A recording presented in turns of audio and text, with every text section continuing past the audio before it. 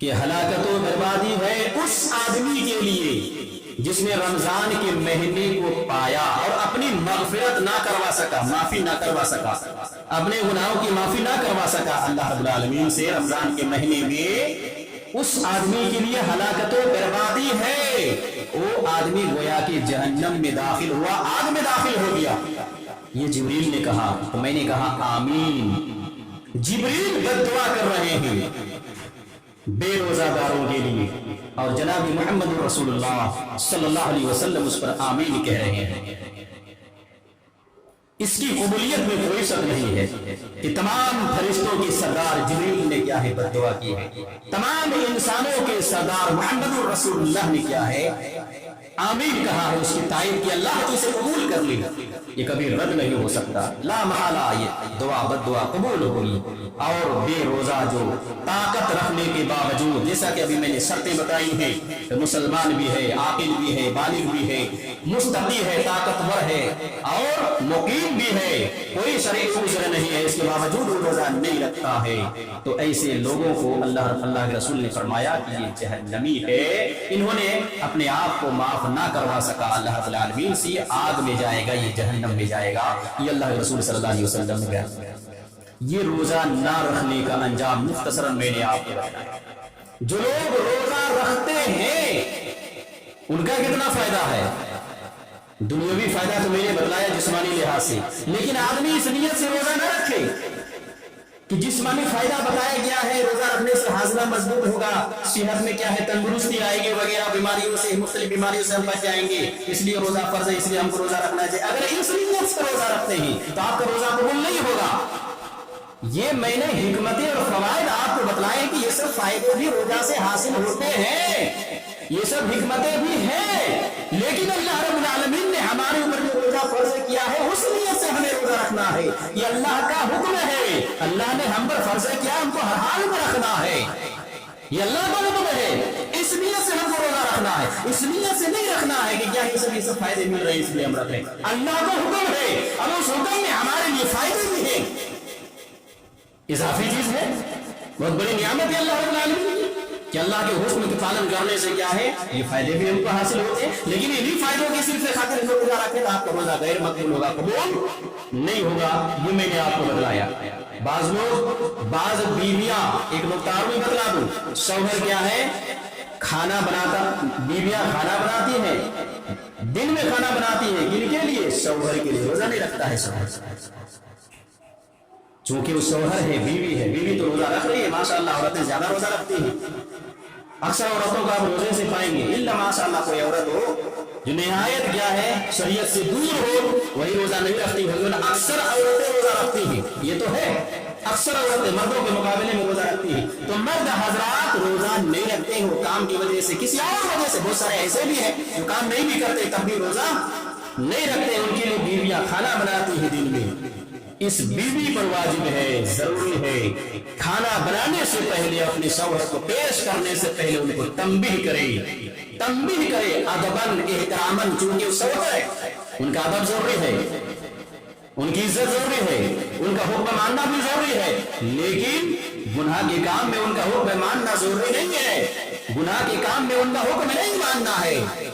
اس لیے اپنے شوہر کو بیوی سمجھائے کہ تمہارے اوپر روزے فرض ہے، تم کو ہر حال میں رکھنا ہے، یہ کھانا میں تمہیں بنا کر نہیں دے سکتی رمضان کے مہینے میں، تم روزہ رکھو، اس لیے تمہارے اوپر روزے فرض ہے،